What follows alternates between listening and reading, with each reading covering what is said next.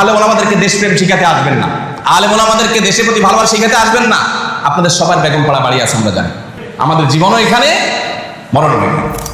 মগের মুল্লুকের গল্প আমরা অনেক শুনেছি, কিন্তু মগের মুল্লুকের বাস্তব রূপ আমরা দেখিনি। দুর্ভাগ্য আমাদের, আমরা এখন সেটা দেখছি। মুসলমানের জিহাদকে আপনার কাছে সন্ত্রাসী হিসাবে, সন্ত্রাসী কর্মকাণ্ড হিসাবে তারা দেখাচ্ছে। তারা যখন ক্রুসেড ঘোষণা করে তখন আপনার কাছে একটিবারের জন্য প্রশ্নটা উঠে না? এক শ্রেণীর মিডিয়া, আপনারা টাকা দিয়ে যাদের পেপার পত্রিকাগুলো বাসায় নিয়ে যান, এই মিডিয়াগুলোর একটা বড় অংশ এই জঙ্গি নাটককে মঞ্চায়ন করার জন্য সবচেয়ে বেশি ভূমিকা রেখেছে। এখনো তারা সেই খেলা আবার শুরু করছে, এই গত সপ্তাহ থেকে আবার শুরু হয়েছে। শুধুমাত্র জঙ্গি দমনের নামে হাজার হাজার মানুষ দেশে, শত শত মানুষ দেশে খুন, গুম, নির্যাতন, জেল জুলুমের শিকার হয়েছে। আপনি শুধুমাত্র গুম কমিশনের রিপোর্ট যদি পর্যালোচনা করেন, আপনি দেখবেন যে কিভাবে স্ক্রিপ্টগুলো সাজানো হয়েছে। কোরআনের অনুবাদ এটা রেখে ছবি তুলে পত্রিকা ছাপানো হয়েছে, জঙ্গি বই পাওয়া গেছে। কোরআনের অনুবাদ যদি রাখলে কেউ জঙ্গি হয়, কিন্তু আমরা সবাই জঙ্গি। বিগত 5ই আগস্টের আগে মোবাইলে SMS পাঠানো হয়েছে যে চতুর্দিকে জঙ্গি হামলা হচ্ছে। জনগণের ন্যায্য অধিকার আদায়ের আন্দোলনকে কি বলা হয়েছে? জঙ্গি হামলা। এখান থেকে বোঝা যায় যে মূলত জঙ্গি এই শব্দটা, এটা হলো সকল প্রকার সত্যকে লুকাবার জন্য। আপনারা হলি আর্টিজান হামলার সময় দেখেছেন, তার সোশ্যাল মিডিয়াতে দেখা গেছে সে ডক্টর জাকির নায়েকের পেজে লাইক দিয়েছে, বাস এই অপরাধে পৃথিবী বন্ধ। জেহাদ ইসলামের একটা মহান ফরজ বিধান। এই জেহাদ, এটাকে আমরা ভুলে গেছি। জেহাদ মানে ঠুস ঠাস কাউকে মেরে দেওয়া নয়। জেহাদ মানে নিরীহ মানুষের উপরে বোমা হামলা করা নয়, যেটা পশ্চিমারা করছে। প্রকৃত জঙ্গিবাদে তো তারাই লিপ্ত। একজন মুসলিমকে দায়িত্বশীল, একজন মুসলিমকে সচেতন মানুষ হিসেবে নিজের সমাজে প্রতিষ্ঠিত করবার নির্দেশ আল্লাহ তাআলা দিয়েছেন। কোনো সংবাদ, কারোর ব্যাপারে কোনো অভিযোগ, কারোর ব্যাপারে কোনো নেগেটিভ তথ্য পেলে সেটাকে বাজ বিচার করা ছাড়া, সেটার সত্যাসত্য যাচাই করা ছাড়া, যথাযথ উপায়ে বিশ্লেষণ করা ছাড়া সেটাকে বিশ্বাস করে বেড়ানো, প্রচার করে বেড়ানো, সেটার উপর ভিত্তি করে কোনো অবস্থান গ্রহণ করা, এটা কোরআনে কারিমে আল্লাহ তাআলা কঠোরভাবে আমাদের জন্য হারাম করে দিয়েছে। অন্য আয়াতে আল্লাহ তাআলা বলেছেন, ওয়ালা তাকফু মা লাইসা লাকা বিহি ইলম, যে বিষয়ে তোমার সুদৃঢ় ধারণা, জ্ঞান নেই, সুস্পষ্ট প্রমাণ ভিত্তিক নলেজ, ইনফরমেশন যে বিষয়ে তোমার কাছে নেই, সে বিষয়ে তুমি কোনো অবস্থান গ্রহণ করতে যাবে না। আজ ধারণা প্রসূত অবস্থান গ্রহণ, ব্যক্তি কিংবা গোষ্ঠীর ব্যাপারে কোনো মন্তব্য, কোনো ধারণা পোষণ, কোনো অবস্থান গ্রহণ, এই বিষয়টি আজ মহামারীর আকার ধারণ করেছে। বিশেষ করে অবাধ তথ্য প্রবাহের এই যুগে, সোশ্যাল মিডিয়ার ব্যাপকতার এই যুগে আমরা অনেক বিশ্বাস করি যে বিশ্বাসগুলো ভুল, অনেক ধারণা করি যে ধারণাগুলো অবান্তর, অনেক কালোকে আমরা সাদা বলি, অনেক সাদাকে আমরা কালো বলি, যা বাস্তবে তার উল্টো। ইসলাম এমন এক জীবন বিধান, ইসলাম এমন এক সুমহান শাশ্বত লাইফস্টাইল আমাদেরকে দিয়েছে যে এখানে কোনো মানুষ কাউকে অন্যায়ভাবে আক্রমণ করা, এটা তো অনেক দূরের কথা। কারোর ব্যাপারে আপনি নেগেটিভ ধারণাই নিতে পারবেন না যদি আপনার কাছে যথাযোগ্য তথ্য প্রমাণ না থাকে। আজকের পৃথিবীতে যারা মডেল হিসাবে নিজেদেরকে এস্টাবলিশ করেছে, সাম্রাজ্যবাদী পৃথিবী, তাদেরও অনেক বড় অস্ত্র হলো জনগণকে, সাধারণ মানুষকে বিভ্রান্তির মধ্যে ফেলে দিয়ে ঘোলা পানিতে মাছ শিকার করা, বিভিন্ন এজেন্ডা বাস্তবায়ন করা।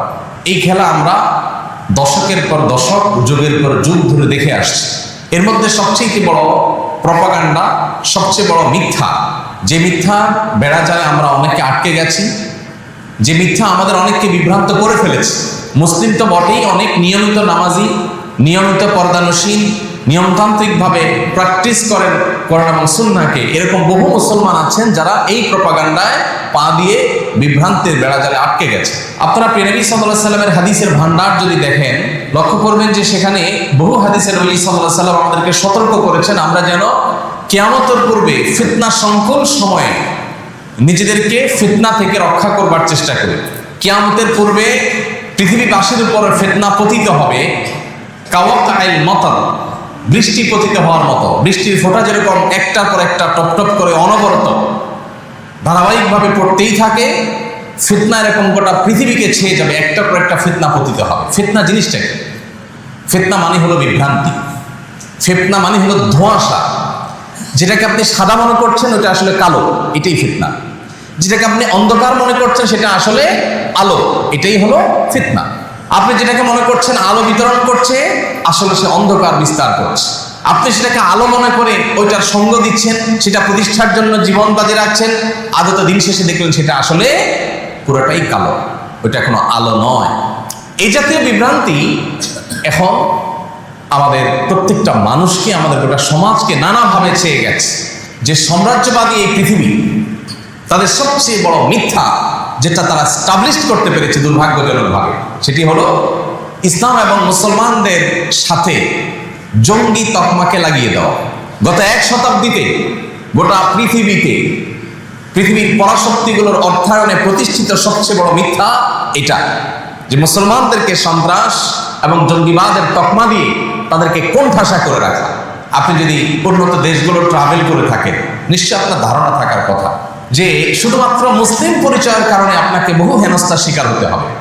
এই যে মুসলিমকে হেনস্থা করা যায়, মুসলিম হলেই তাকে অত্যাচার করা যায়, টর্চার করা যায়, জুলুম করা যায়, এই ন্যারেটিভ প্রতিষ্ঠা করেছে যে মিথ্যা দিয়ে। সে মিথ্যা হলো ইসলাম এবং মুসলমানের সাথে জঙ্গিবাদ এবং সন্ত্রাসবাদের তকমা লাগিয়ে। আন্তর্জাতিক এই শয়তানি ষড়যন্ত্র যেটা চলে আসছে যুগ যুগ ধরে, এই ষড়যন্ত্রকে বাস্তবায়ন করার জন্য বহু নাটকের মঞ্চায়ন হয়েছে, যেটা আমরা ইতিপূর্বে দেখেছি। বহু ঘটনা নিজেরা ঘটিয়ে উদুরপিণ্ডি বুদুর ঘাড়ে চাপিয়ে, যেহেতু মিডিয়াগুলো তাদের নিয়ন্ত্রণে, সেখানে সাদাকে কালো করে দেখিয়ে সাধারণ মানুষকে বিভ্রান্ত করে তারা তাদের এজেন্ডা বাস্তবায়ন করেছে। আমরা যে ভূখণ্ডে বসবাস করছি, আমাদের এই দেশেও দীর্ঘদিন পর্যন্ত এই খেলা চলে এসছে। আপনারা যে জায়গাটা বসে আছেন নারায়ণগঞ্জ, এই নারায়ণগঞ্জ ছিল এই নাটকের সবচেয়ে বড় মঞ্চ। টেলিভিশনে লাইভ প্রদর্শন হচ্ছে, জঙ্গি বিরোধী অভিযান চলছে, একটা বাড়ি ঘেরাও করে আছে র্যাবের লোকজন এবং টান টান উত্তেজনা, অস্ত্র তাক করে আছে, ভিতরে ধ্বংসাত্মক অস্ত্র নিয়ে জঙ্গিরা অবস্থান করছে। আমরা জনগণ হাতা হাতা গোছায় টিভির সামনে বসছি দেখার জন্য, হায় হায় কি সর্বনাশ, হুজুররা দেশটা শেষ করে ফেলল। এরপরে ভেতর থেকে বের করে আনা হলো আগে থেকে সাজানো ফাজাইলে আমাল, তারপরে আপনার হেকায়েতে সাহাবা, তারপরে আপনার কোরআনের তর্জমা, এরকম বই পুস্তক সামনে সাজায়া, এই যে জেহাদি বই পাওয়া গেছে এবং ককটেল কিছু সাজায়া, এরপর একটা ছবি পরের দিন সব পত্রিকা গুরুত্বের সাথে প্রচার হলো। আমাদের সবার চিন্তা শেষ না, হ্যাঁ হ্যাঁ দেশটা শেষ হয়ে গেল। এই তো গত সপ্তাহেই দায়িত্বশীল পুলিশ অফিসার, পুলিশ কর্মকর্তারা, দায়িত্বশীল পদে থাকা ডিআইজিরা অকপটে একের পর এক স্বীকার করেছেন যে বিগত আমলে জঙ্গি অভিযানের নামে সবগুলো ছিল নাটক। অবাক করা বিষয় হলো এই নাটক আবার নতুন করে শুরু হচ্ছে বাংলাদেশে। গত সপ্তাহে একটা মামলা হয়েছে, সেখানে কিছু তরুণ উদীয়মান পশ্চিমা অপশক্তি শয়তানি শক্তির ঘুম হারাম করা কিছু যুবক, তাদেরকে সেখানে আবারও এই নাটকের স্ক্রিপ্টে তাদের নাম যুক্ত করে আবার এই খেলাটা শুরু করার চেষ্টা চালানো হচ্ছে। আমরা সাধারণ মানুষ অনেক কিছু জানি না, অনেক অন্ধকারে আছে। এক র্যাব কর্মকর্তা এখন জেলে আছে, এই জঙ্গি নাটকের পেছনের কারিগরদের একজন। উনি একবার আমাকে কল করেছেন, আরো বছর 3 আগের কথা। হোয়াটসঅ্যাপে নক করেছেন, এরপরে ফোন দিয়েছেন, দিয়ে বললেন হুজুর আমাকে সব হুজুররা চিনি। এর মানে হলো আপনি তো আজকে প্রথম আমার সাথে কথা বলতেছেন, ওটা পাত্তা দিচ্ছেন না আমাকে সব হুজুররা চিনি। এরপর উনি আমার একটা আবদার রাখলেন, আলহামদুলিল্লাহ আমি সে আবদার কৌশলে এড়াই গেলাম। উনি আমাকে একটা ফাঁদ দিয়েছিলেন, যে ফাঁদে আমি যেন পাও দেই, আল্লাহ তাআলা আমাকে রক্ষা করেছেন, আমি কৌশলে সেখান থেকে সরে যাই, আমাকে সে ফাঁদে ফেলতে পারে। আমরা অনেকে জানি না আমাদের ট্যাক্সের টাকায় জঙ্গি দমনের নামে কমপক্ষে 15 থেকে 20টা, মানে 15টার নিচে না, আমি এক্সাক্ট ফিগারটা বলতে পারছি না, 15 থেকে 20টা অথরিটি বাংলাদেশে আছে। আইন শৃঙ্খলা রক্ষাকারী বাহিনীগুলো এবং বিভিন্ন এজেন্সিগুলোর বিভিন্ন টিম উইং আছে, 15 থেকে 20টা উইং। কিসের জন্য? জঙ্গি দমন করার জন্য। একদিকে আমরা দেখছি আইন শৃঙ্খলা রক্ষাকারী বাহিনীর কর্তৃপক্ষ, এমনকি সরকারের আইন শৃঙ্খলা বিষয়ে সংশ্লিষ্ট মহল, দায়িত্বশীল জায়গা থেকে বলা হচ্ছে বাংলাদেশে কোনো জঙ্গি নাই। আমাদের পার্শ্ববর্তী দেশগুলোতে যে পরিমাণ হামলা হয়, সন্ত্রাসী হামলা যেটাকে বলেন আপনারা, এই টাইপের হামলা হয়, মসজিদে হামলা, জানাজাতে হামলা, ধর্মীয় প্রতিষ্ঠানে হামলা, এই এক হামলা 50 জন মারা গেছে, 200 জন মারা গেছে। বাংলাদেশে এরকম হামলা কয়বার হয়েছে কি বলেন? যে মসজিদে জুমার নামাজে হামলা হয়ে 200 মানুষ মারা গেছে, শুনছেন কখনো? যে মাদ্রাসাগুলোতে ছাত্রদের নিজের নিজের মারামারি, বোমা হামলা এটা হয়ে 200 ছাত্র নিহত হয়ে গেছে, আহত হয়ে গেছে, শুনছেন কখনো? এরকম একটা শান্তিপ্রিয় ভূখণ্ড, আলেম সমাজের এরকম দায়িত্বশীল অবস্থান গোটা পৃথিবীতে বিরল, যেটা বাংলাদেশে আছে। সেই দেশে 15 থেকে 20টা উইং রাখা হয়েছে শুধুমাত্র জঙ্গি দমনের নাম করে। কাউন্টার টেররিজম, অ্যান্টি টেররিজম, এটা সেটা নাম দিয়ে উইং খুলে রাখা হয়েছে। কাদেরকে খুশি করার জন্য? পশ্চিমা বাবাদেরকে খুশি করার জন্য। সরি টু সে, এই শব্দ আমাকে বলতে হচ্ছে। সন্তান তার বাবার কথা কিভাবে অক্ষরে অক্ষরে মানে না, পশ্চিমারা যা বলে সেটা অন্ধভাবে, যারা যখন ক্ষমতা আসে তারা যেরকম গোলামের মতো করে তাদের কথাকে মানে। তারা নাটকের স্ক্রিপ্ট দিয়ে দেয়, যে নাটকগুলো করার কারণ তারা জানে এদেশে মানুষ আলেমদের কথা শুনে, এদেশে মানুষ কোরআন এবং হাদিস দ্বারা ইন্সপায়ার্ড হয়, এদেশে মানুষ দিন দ্বারা প্রভাবিত হয়।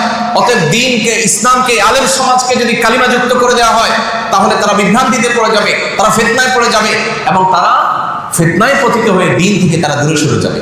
আমাদের দ্বীনি চেতনা এবং স্পিরিটকে ভোঁতা করার জন্য এই শয়তানের ষড়যন্ত্র পশ্চিমারা করে, আর আমাদের ট্যাক্সের টাকা দিয়া যারা যখন ক্ষমতায় আসে সেটাকে তারা বাস্তবায়ন করে। ভাইরা আমার, বেশি দূরে যেতে হবে না। গুম কমিশনের যে রিপোর্ট, এই রিপোর্ট যদি পর্যালোচনা করেন আপনি দেখবেন নিরীহ নারীদেরকে, একজন পর্দানশীল নারী জীবনে তার ছায়া যেখানে কোনো পুরুষ দেখতে পারে নাই, তাকে আইন শৃঙ্খলা রক্ষাকারী বাহিনীর এই সমস্ত তথাকথিত জঙ্গি দমনের নামে এই সমস্ত সন্ত্রাসীরা যারা আইন শৃঙ্খলার পোশাক, আইনের পোশাক পরে সন্ত্রাসী কর্মকাণ্ড করেছে, নিরীহ জনগণকে, ওই নারীকে ধরে নিয়ে বর্বরতার সর্বোচ্চ সীমা রেখা সব অতিক্রম করে গেছে। যে নারীর ছায়া কোনদিন পুরো পুরুষ দেখতে পারে না, এটা তার দিন পালনের স্বাধীনতা, সাংবিধানিক অধিকার, সেটাকে বলঞ্চিত করে রিমান্ডের নামে, জিজ্ঞাসাবাদের নামে বিবস্ত্র করে হ্যাঁ না কোনো উপায় নাই, যে উপায় থাকে নির্যাতন করা হয়। কত যুবক হারিয়ে গেছে আর ফিরে আসে নাই। আলেমুল মতো বটে, স্কুল কলেজ পড়ুয়া, আপনার সাধারণ শিক্ষিত ডাক্তার, ইঞ্জিনিয়ার, তরুণ, বিশ্ববিদ্যালয়ের শিক্ষার্থী, কলেজ শিক্ষার্থী, দোষ কি? মুখে দাঁড়িয়ে আছে। দোষ কি? নামাজ পড়ে, ফজর নামাজ জামাতের সাথে পড়ে। দোষ কি? টাকনোর উপরে প্যান্ট পরে। এক শ্রেণীর মিডিয়া, আপনার টাকা দিয়ে যাদের পেপার পত্রিকাগুলো বাসায় নিয়ে যান, এই মিডিয়াগুলোর একটা বড় অংশ এই জঙ্গি নাটককে মঞ্চায়ন করার জন্য সবচেয়ে বেশি ভূমিকা রেখেছে।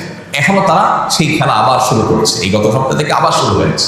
আইন শৃঙ্খলা রক্ষাকারী বাহিনীর বিভিন্ন গুরুত্বপূর্ণ ব্যক্তি, সরকারের ঊর্ধ্বতন কর্তৃপক্ষ, তাদেরকে ব্যক্তিগতভাবে আমরা বিষয়টাকে নজরে আনার চেষ্টা করেছি, কিন্তু দায়িত্বশীলতার জায়গা থেকে আমি আপনাদের কাছে একটা উদাত্ত আহ্বান রাখতে চাই। সেটা হলো, অনুগ্রহ করে এই সময়টাতে, যে সময়টাতে বিশেষ করে সাদাকে কালো, কালোকে সাদা করে দেখাবার একটা প্রবণতা আছে, এই সময়টাতে আপনাদেরকে কোনো কিছু যদি গেলানোর চেষ্টা করা হয়, একজন মুসলমান হিসাবে আপনার দায়িত্বশীল আচরণের জায়গা থেকে আপনি সেটা গিলবার আগে আপনাকে 10 বার ভাবতে হবে, আমি যাকে কালপ্রিট মনে করছি আসলে সে কোনো ভিকটিম কিনা, তাকে দিয়ে কোনো নাটক মঞ্চায়ন করা হচ্ছে কিনা। শুধুমাত্র জঙ্গি দমনের নামে হাজার হাজার মানুষ দেশে, শত শত মানুষ দেশে খুন, গুম, নির্যাতন, জেল জুলুমের শিকার হয়েছে। আপনি শুধুমাত্র গুম কমিশনের রিপোর্ট যদি পর্যালোচনা করেন, আপনি দেখবেন যে কিভাবে স্ক্রিপ্টগুলো সাজানো হয়েছে। কোরআনের অনুবাদ এটা রেখে ছবি তুলে পত্রিকা ছাপানো হয়েছে, জঙ্গি বই পাওয়া গেছে, জেহাদি বই পাওয়া গেছে। কোরআনের অনুবাদ যদি জেহাদি বই হয় তো আমরা সবাই তো জঙ্গি। কোরআনের অনুবাদ যদি রাখলে কেউ জঙ্গি হয় তো আমরা সবাই জঙ্গি। দেখেন, আমাদের মাইন্ডসেটটা এমনভাবে তৈরি হয়েছে, একজন মানুষকে যদি বলা হয়, রাজনৈতিক নেতাদেরকে যদি বলা হয় যে মোবাইল চুরির মামলায় একটা দলের প্রধানের বিরুদ্ধে চার্জশিট হয়েছে, তার বিরুদ্ধে মামলা হয়েছে মোবাইল চুরির বিরুদ্ধে, গরু চুরির বিরুদ্ধে, এগুলো তো বাংলাদেশে সকাল বিকাল হয়, তাই না? তো নতুন কিছু না, এগুলো আমাদের বিনোদনের খোরাক, আমরা মজা পাই এগুলো দিয়ে। আমরা জানি যারা যখন ক্ষমতায় থাকে, বিরোধী দলে যারা থাকে, তাদের নামে এই সমস্ত হামলা, মামলা, মিথ্যা বিভিন্ন অজুহাত দেয়। জঙ্গি ইস্যুটা তো এরকম না, এটা তো সিরিয়াস ইস্যু। কারণ নাম দিয়ে, ছবি দিয়ে যখন আপনি জঙ্গি হিসাবে তাকে পত্রপত্রিকায় রিপোর্ট করছেন, কোনো আপনার আইন শৃঙ্খলা রক্ষাকারী বাহিনীর কোনো মিডিয়া উইং যখন তাকে কালপিট হিসেবে দেখিয়েছে, তখন সমাজের মানুষের কাছে তার রক্ত হালাল হয়ে গেছে। সবাই মনে করে আরে জঙ্গি, ডেঞ্জারাস ব্যাপার স্যাপার, তাহলে তো এরে গুম করা, এরে খুন করা, এরে নির্যাতন করা, রিমান্ডের নামে জুলুম করা, এই সব কিছু বৈধ হয়ে যায়, হালাল হয়ে যায়। বহু নিরীহ মানুষ এখনো জেলখানায় ফাঁসির আদেশ নিয়ে, বহু নিরীহ মানুষ জেলখানায় এখনো জেল জুলুম সহ্য করছে, বছরকে বছর জেলে পড়ে পড়ছে। কেন? তাদের নামে রায় হয়ে গেছে, তারা অপরাধী, দোষ স্বীকার করছে কিভাবে? সেই পদ্ধতি আমাদের কারোর কাছে অজানা না। দোষ স্বীকার করবে না, তার স্ত্রীকে ধরে নিয়ে আসছে, মা বোনকে ধরে নিয়ে আসছে, তাদেরকে নির্যাতন করা হচ্ছে। তখন সে তার নিজের জীবন রক্ষা করবার জন্য এই বানোয়াট স্বীকারোক্তি দিয়ে মা বোনকে রক্ষা করবার চেষ্টা করছে। ওই মিথ্যা স্বীকারোক্তির উপরে ভিত্তি করে রায় হয়ে গেছে এবং ফাঁসির জন্য অপেক্ষমান আছে, জেল জুলুম চলছে। যে ভূখণ্ডে এই ধরনের জুলুম চলতে থাকে, আর আমরা সাধারণ মানুষ, আমরা অনেকেই দায়িত্ব জ্ঞানহীন হয়ে আমরা এই সমস্ত প্রোপাগান্ডাকে বিশ্বাস করি। যখন এই জঙ্গি জিকির চলেছে, তখন অনেক সাধারণ মানুষ আলেম আমাদেরকে দেখলেই সন্দেহ করত। ঠিক না ভাই? ঠিক। এই দেশে চাঁদাবাজি নিয়ন্ত্রণ করার জন্য কয়টা আইন খোলা হয়েছে, যে দেশের সব চাঁদাবাজিগুলো নিয়ন্ত্রণ করা হবে। কেউ ঘর বাড়ি করতে গেলে চাঁদা যেন কেউ নিতে না পারে, একজন রিক্সা চালক রিক্সা যদি চালাতে গিয়ে একজন সিএনজি চালক সিএনজি স্ট্যান্ডে যেন তাকে চাঁদা দিয়ে দাঁড়াতে না হয়। এই চাঁদাবাজি বন্ধের জন্য আইন শৃঙ্খলা রক্ষাকারী বাহিনী কয়টা উইং খুলেছে এটা আমাদের জানতে ইচ্ছা করে। জঙ্গিবাদ, তথাকথিত জঙ্গিবাদের নামে এই নাটকের স্ক্রিপ্ট বাস্তবায়ন করবার জন্য যদি 15-20টা উইং খুলে থাকে, ডিপার্টমেন্ট খুলে থাকে, প্রত্যেকটা আইন শৃঙ্খলা রক্ষাকারী বাহিনী আলাদা আলাদা ডিপার্টমেন্ট খুলে থাকে, তাহলে এই দেশের সন্ত্রাস, চাঁদাবাজ এদেরকে নিয়ন্ত্রণ করবার জন্য কয়টা আইন খোলা হয়েছে? প্রিয় ভাইরা আমার, সময় এসেছে আমাদের সচেতন হওয়া, সতর্ক হওয়া। এই নাটক যেন নতুন করে আর কেউ মঞ্চায়ন করতে না পারে। প্রিয় ভাইরা আমার, জিহাদ ইসলামের একটা মহান ফরজ বিধান। জিহাদ ইসলামের একটা মহান ফরজ বিধান। এই জিহাদ, এটাকে আমরা ভুলে গেছি। অনেক ফরজ নিয়ে আলোচনা হয়, এই ফরজ নিয়ে আলোচনা হয় না। জিহাদ মানে ঠুস ঠাস কাউকে মেরে দেওয়া নয়। জিহাদ মানে নিরীহ মানুষের উপরে বোমা হামলা করা নয়, যেটা পশ্চিমারা করছে। প্রকৃত জঙ্গিবাদে তো তারাই লিপ্ত। আপনি মুসলমান, জিহাদ শব্দ শুনলে আপনি কাচুমুচু করেন, আপনি চিন্তা করেন হ্যাঁ হ্যাঁ হুজুর কি বলে এগুলো। ভাই, কোরআনে জিহাদের অসংখ্য আয়াত আছে, তাহলে কি আপনাকে ইসলাম থেকে ছেড়ে চলে যেতে হবে? যদি আপনি জিহাদের পরে আপনার বিদেশিত ভাব থাকে, ঈমান নিয়ে টানাটানি হবে। জিহাদ মহান ফরজ বিধান, তবে জিহাদ ছেলে খেলা নয়। জিহাদ আর সন্ত্রাস এক জিনিস না। জিহাদের কথা বললে যদি কাউকে সন্ত্রাসী বলা হয়, এটা হলো পশ্চিমাদের সবচেয়ে বড় অস্ত্র। ওরা জানে মুসলমানদের জেহাদি চেতনার কাছে ওরা কোনোদিন দাঁড়াতে পারবে না। ওরা জানে মুসলমান যদি কোরআনের নির্দেশ দ্বারা উজ্জীবিত হয়, এই মুসলমানকে দমাবার মতো কোনো টেকনোলজি ওরা আবিষ্কার করতে পারবে না। এই জন্য তারা আমাদের ওই চেতনাকে ভোতা করে দেওয়ার জন্য জেহাদি চেতনা, এটাকে কালাট করার জন্য তারা নানাবিধ ষড়যন্ত্র এবং ষড়যন্ত্রের জাল তারা এঁটেছে। তারা বহু সন্ত্রাসী গোষ্ঠী তৈরি করেছে।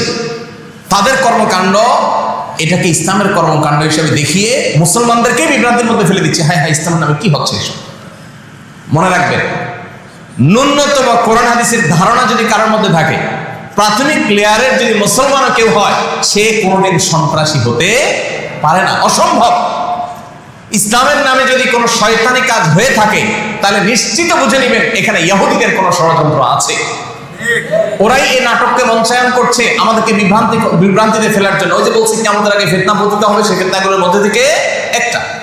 আমরা এখানে যারা আছি, বিগত আমলে যখন জঙ্গি নাটক মঞ্চায়ন করা হয়েছে, কয়জন বুকে হাত দিয়ে বলতে পারবেন আমি 100% বুঝতে পেরেছি এটা নাটক, এই মানুষগুলো ভিকটিম, এদেরকে দোষী সাব্যস্ত করা হচ্ছে, এদের কোনো দোষ নাই? কয়জন মানুষ বলতে পারবেন? বরং বেশিরভাগ মানুষ নিজেরাই ধোঁয়াশার মধ্যে পড়ে গেছে, চিন্তার মধ্যে পড়ে গেছে।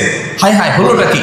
স্কুল কলেজের ছেলে ফেলে নষ্ট হয়ে যাচ্ছে, আর ধার্মিক ছেলে ফেলে মানেই হলো যে মনে হয় বোমা নিয়ে ঘুরে। ভাইরা আমার, এই দেশে রাজনীতির নামে শিক্ষা প্রতিষ্ঠানগুলোর ক্যাম্পাসে অস্ত্রের মহড়া, এটি সকাল বিকালের নিত্য নৈমিত্তিক চিত্র, তাই না?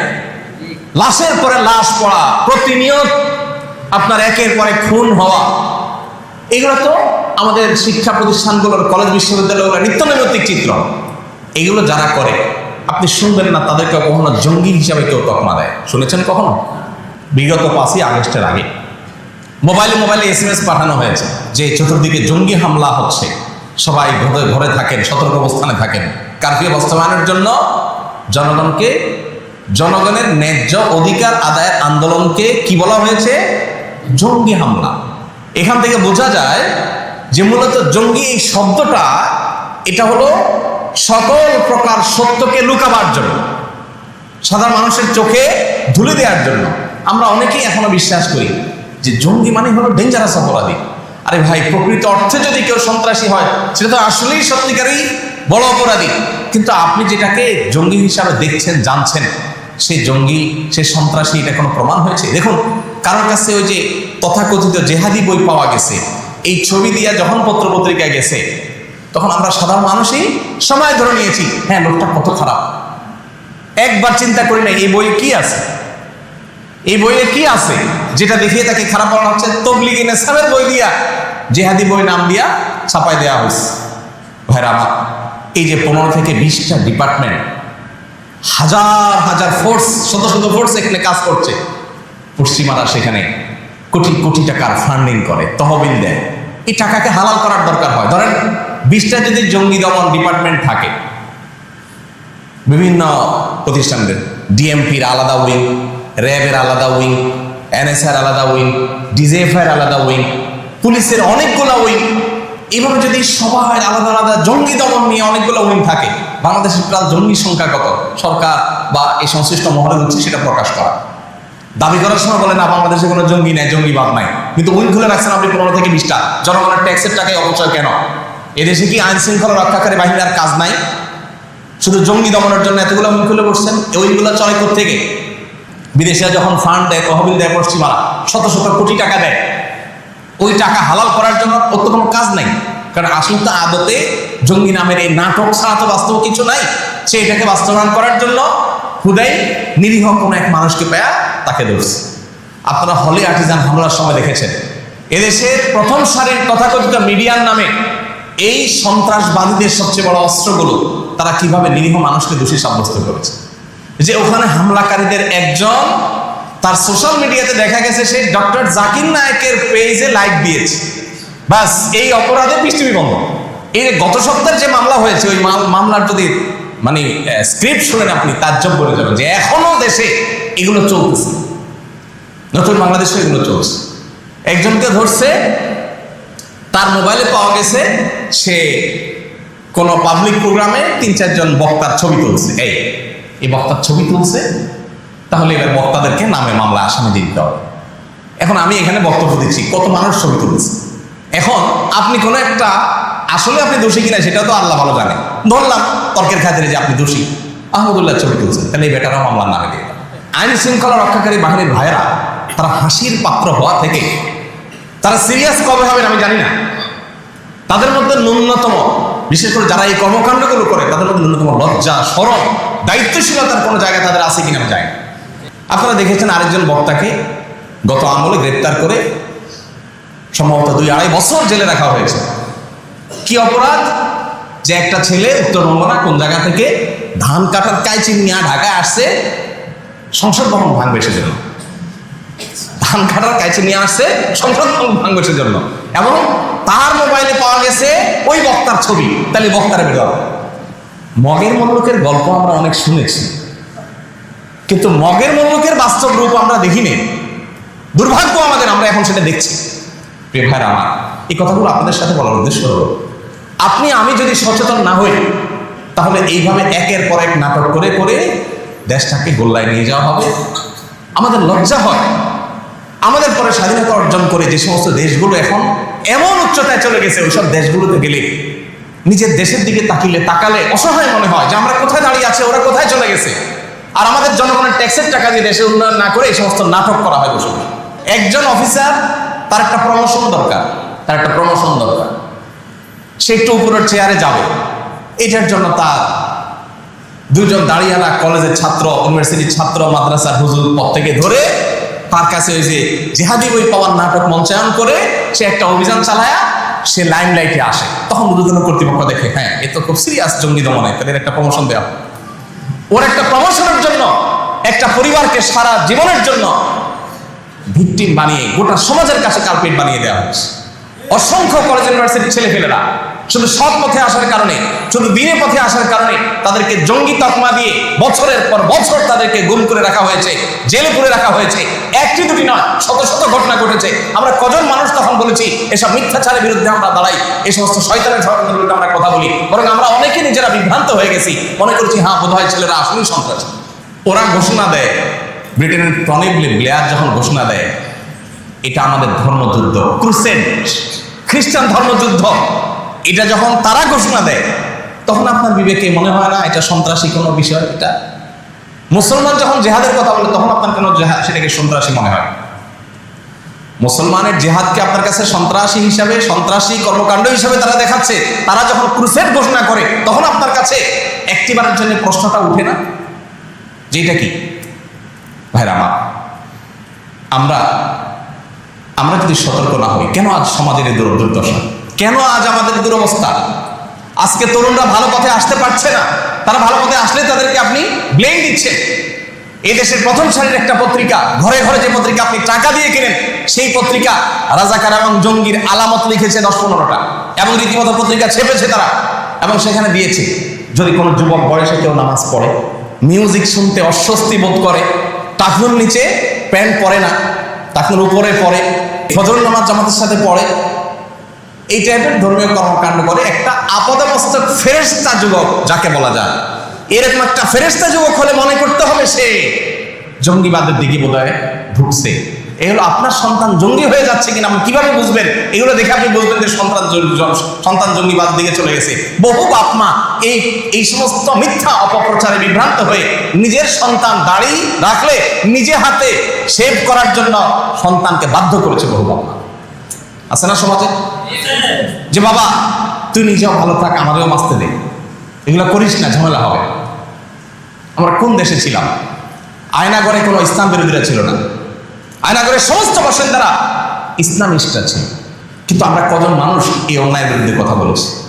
এখন আবার নতুন করে পুলিশের মধ্যে থাকা সেই দুষ্ট চক্রগুলো তারা আবার এই জঙ্গি নাটককে নতুন করে মঞ্চায়ন করা শুরু করেছে। আপনি দেখবেন কাউকে যখন মনে হবে থ্রেট, তাকে জঙ্গি নাটক দিয়ে দমন করা হবে। কত হাস্যকর স্ক্রিপ্ট তারা তৈরি করে। ভাইরা আমার, যে ভূখণ্ডে জুলুম এরকম ডাল ভাত হয়ে যাবে, যে ভূখণ্ডে জুলুম এরকম সকাল বিকালের কমন বিষয়ে পরিণত হবে, সে ভূখণ্ডে আল্লাহর বরকত কখনো আশা করা যায় না। আমরা আর যা হোক অন্তত এই ভূখণ্ডে কোনো জুলুম হতে দেব না। যদি সেটা কোনো হিন্দুর প্রতিও হয়, কোনো খ্রিস্টানের প্রতিও হয়, কোনো নাস্তিকের প্রতিও হয়, আমরা সকল জুলুমের বিরুদ্ধে অবস্থান নেব ইনশাআল্লাহ। আমরা যদি সবাই সচেতন হই, আমরা যদি সতর্ক হই, তাহলে এই সমস্ত মিথ্যা নাটক আমাদেরকে গেলাতে কেউ পারবে না। আর আমরা যদি অসতর্ক হই, আমরা যদি দায়িত্ব জ্ঞানহীন হই, মিডিয়া বা পত্রপত্রিকাতে যা পাইলাম অন্ধের মতো গোগ্রাসে গিললাম, এরকম যদি প্রবণতা আমাদের মধ্যে থাকে, তাহলে এই টেন্ডেন্সিটা আমাদের ধ্বংসকে ত্বরান্বিত করবে, বই উন্নতির কোনো দিকে আমাদেরকে নিবে না। আল্লাহ রাব্বুল আলামিন আমাদের সবাইকে দায়িত্বশীল আচরণ করবার তৌফিক দান। শুরুতে যে আয়াত বলেছিলাম, আল্লাহ বলেছেন ইয়া আইয়ুহাল্লাযীনা আমানু, এই ঈমানদারেরা, ইন জাআকুম ফাসিকুম বিনাবাইন, যদি তোমাদের কাছে কোনো ফাসিকরা কোনো সংবাদ সরবরাহ করে, কোনো তথ্য ইনফরমেশন তোমাদেরকে দেয়, ফাতাবাইয়ানু, সেটাকে চেক করো, ভালো করে চেক করো, ক্রস চেক করো, যাচাই করো, অনুসন্ধান চালাও, বিশ্লেষণ করো যেটা আদৌ সত্য কিনা। যদি না করো, তাদের কথা যদি বিশ্বাস করে বসো, তাহলে আনতুসিবু কওমান বিজাহালা, তাহলে অজ্ঞতাবশত তোমরা কাউকে খারাপ মনে করে কোনো অবস্থান নিবে, ফাতাসবিহু আলা মা ফাআলতুম নাদিমিন, এরপরে একসময় বলবে যে ও সরি, ভুল হয়ে গেছে, কিন্তু তোমার আর ব্যাক করার সুযোগ থাকবে না। আল্লাহ অন্য আয়াতে বলেছেন ওয়ালা তাকফু মা লাইসা লাকা বিহি ইলম, যে বিষয়ে তোমার সুদৃঢ় জ্ঞান নেই, প্রমাণ নির্ভর তথ্য ইনফরমেশন তোমার কাছে নেই, তুমি নিশ্চিত নও, সে বিষয়ে কোনো অবস্থান গ্রহণ করতে পারবে না। একজন মানুষের বিরুদ্ধে অভিযোগ উঠেছে, আর আমি অমনেই তারে খারাপ মনে করে বলা শুরু করে দিলাম, প্রচার শুরু করে দিলাম। বিশেষ করে যে জঙ্গিবাদের ইস্যুগুলো, পশ্চিমারা এই ন্যারেটিভকে এমন শক্তিশালীভাবে প্রতিষ্ঠিত করেছে, দেখুন যে এই সমাজে ঘুষ, চাঁদাবাজি, সন্ত্রাস, এই জিনিসগুলো নিত্য নৈমিত্তিক ব্যাপার।